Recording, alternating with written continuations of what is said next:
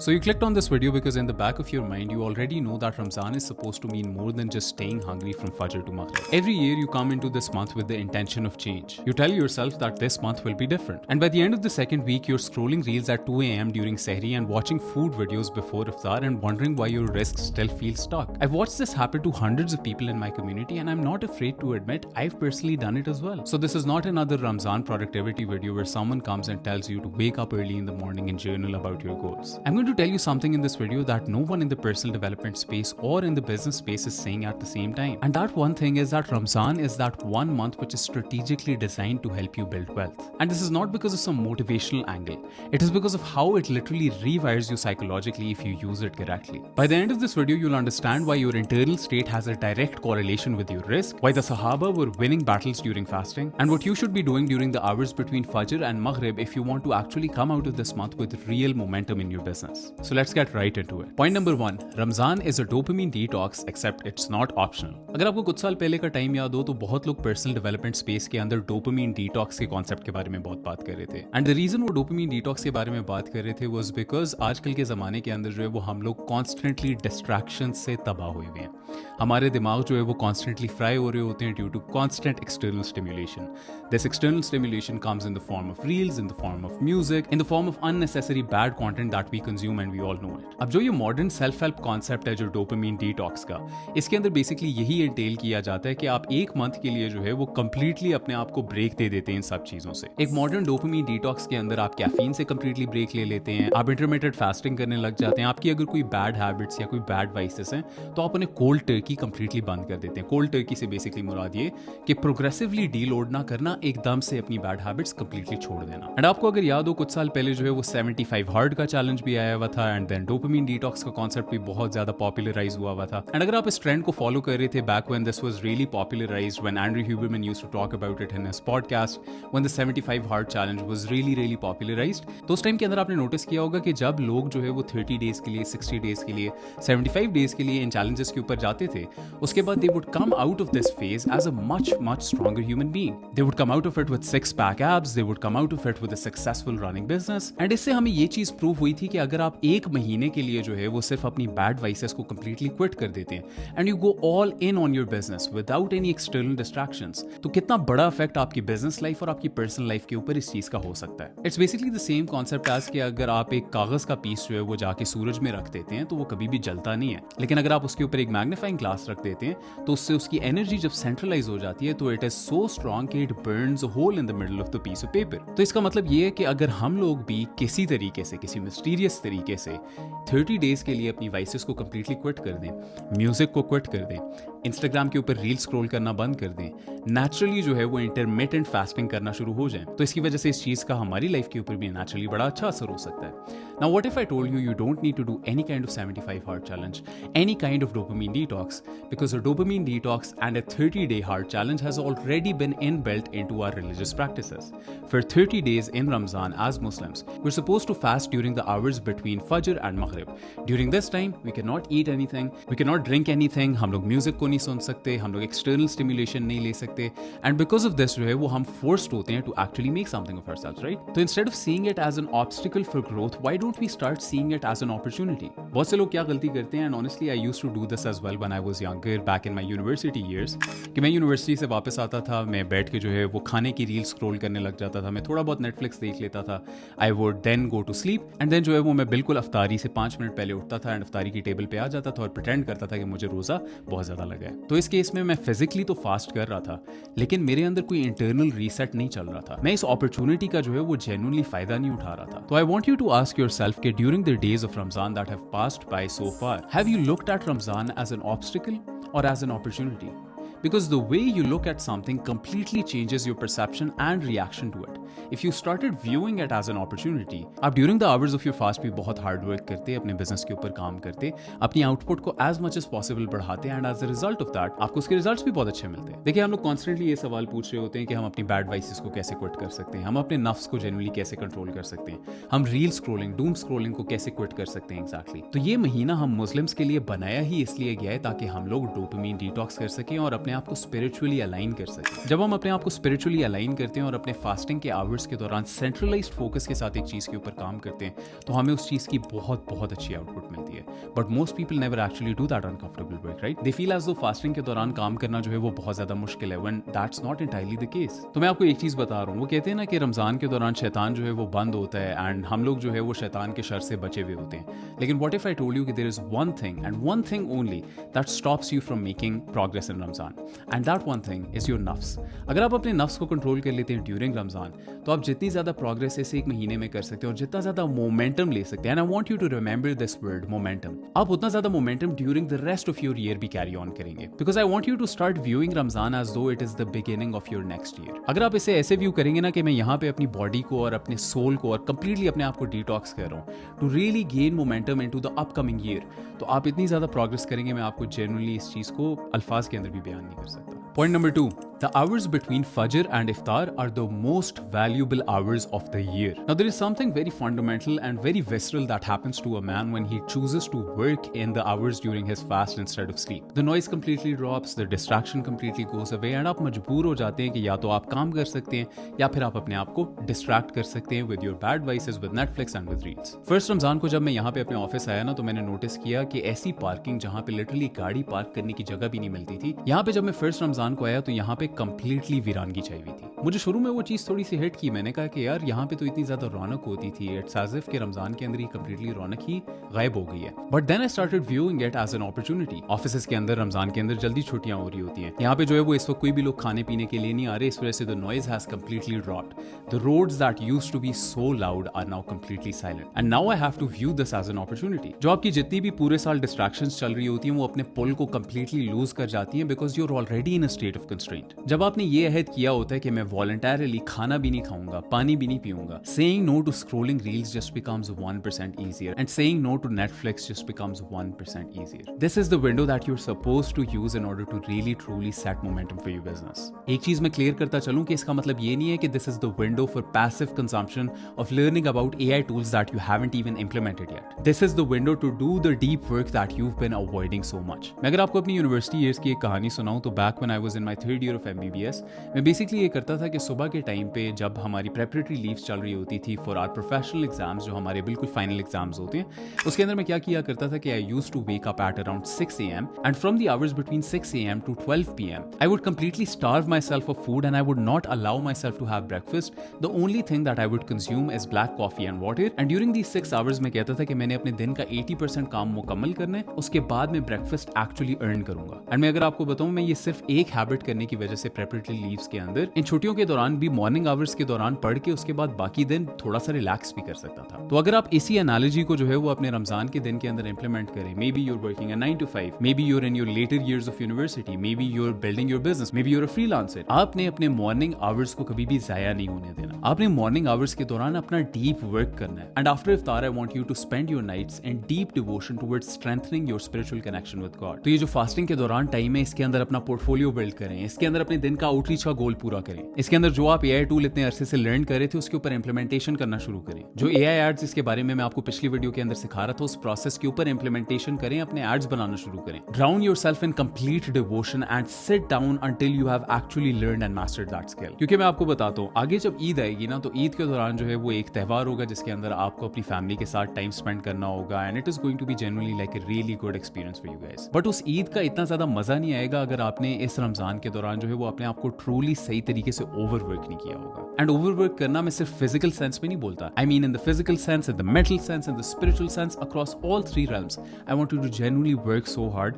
सो that जब ईद आए और मीठी ईद आए तो इस तरह जेन्युइनली फील करे कि आपने उसे डिजर्व किया। Point number 3, your internal dialogue is literally determining your income. मैं ये चीज अपनी वीडियोस के अंदर बहुत ज्यादा बोलता हूँ कि business is 80% mindset and 20% tactics. And ये जो 80% माइंडसेट है, इसमें आप अपने आप से जिस तरह बात कर रहे हो, आपका जो इंटरनल सेल्फ टॉक चल रहा है, ये बहुत ज्यादा मैटर करता है। अगर आप अपने आप से इस तरह करके बात कर रहे हो कि मैं फलां एआई टूल इस वजह से नहीं लर्न कर सकता बिकॉज मैं इतना टेक सैवी ही नहीं हूँ, अगर आप अपने आप से इस तरह बात कर रहे हो कि यार इस वाली स्पेसिफिक फील्ड के अंदर मैं नहीं जा सकता बिकॉज ये तो अब रेड ओशन बन चुकी है, बहुत ज्यादा सैचुरेट हो गई है, यहाँ जहाँ पे बहुत ज़्यादा बड़े बड़े प्लेयर्स आ गए हैं। तो अगर आप अपने आप से इस तरह बात करोगे तो आप अपनी रियलिटी के अंदर एक चीज़ बनाओगे which is called the perception projection loop.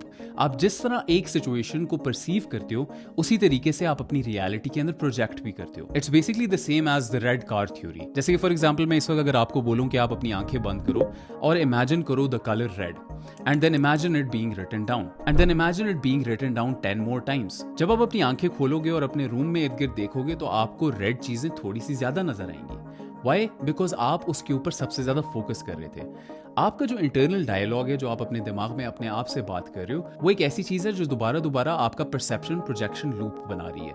And अगर आप कंसिस्टेंटली अपने आप को यही बात बोल रहे होगे कि मार्केट बहुत सैचुरेटेड है, तो for you the market is going to be saturated. अगर आप ये बोलोगे कि you are not tech savvy enough, you will never be tech savvy. तो रमजान इस नेगेटिव सेल्फ टॉक को फिक्स करने की एक बहुत अच्छी अपॉर्चुनिटी है, क्योंकि Ramzan is the one month where you are already in a state of heightened self awareness. तो I want you to really use this effectively. Use this opportunity where there is no noise, there is no distractions to truly go inwards and ask yourself कि what are the biggest blocks which are preventing me from actually excelling and forwarding in my career or business. If you have negative limiting beliefs, this is the time to break those negative limiting beliefs. सुबह जैसे ही आप उठते हो तो 10 minute के लिए meditation करो and ask yourself कि मेरे wealth के अराउंड क्या negative limiting beliefs हैं। मैंने क्या चीजें अपने पास्ट के अंदर विटनेस की हैं या ऑब्जर्व की हैं अराउंड वेल्थ। इज इट कि जब मैं छोटा होता था तो मेरे घर वाले बोलते थे कि फलां चीज हम अफोर्ड नहीं कर सकते क्योंकि हम मिडिल क्लास हैं। इज इट कि आपने ऑब्जर्व किया था कि जो लोग पैसे कमाना शुरू करते हैं वो चेंज हो जाते हैं। What are these things which are like negative scents which you've associated with money? I want you to go into deep meditative states, go into a state of self-awareness and ask yourself these questions and then change your relationship with these things. क्योंकि जब तक आप अपनी relationship with wealth नहीं change करेंगे तब तक आप wealth को अपनी third dimensional reality के अंदर नहीं materialize कर सकते। एंड जब आप अपने अंदर ये इंटरनल शिफ्ट लाना शुरू करेंगे तो आप खुद नोटिस करना शुरू करेंगे कि आप आउटरीच जो है वो और भी ज़्यादा कन्विक्शन के साथ करेंगे। आप नोटिस करेंगे कि आप सेल्स कॉल्स के ऊपर और भी ज़्यादा कॉन्फिडेंट होंगे।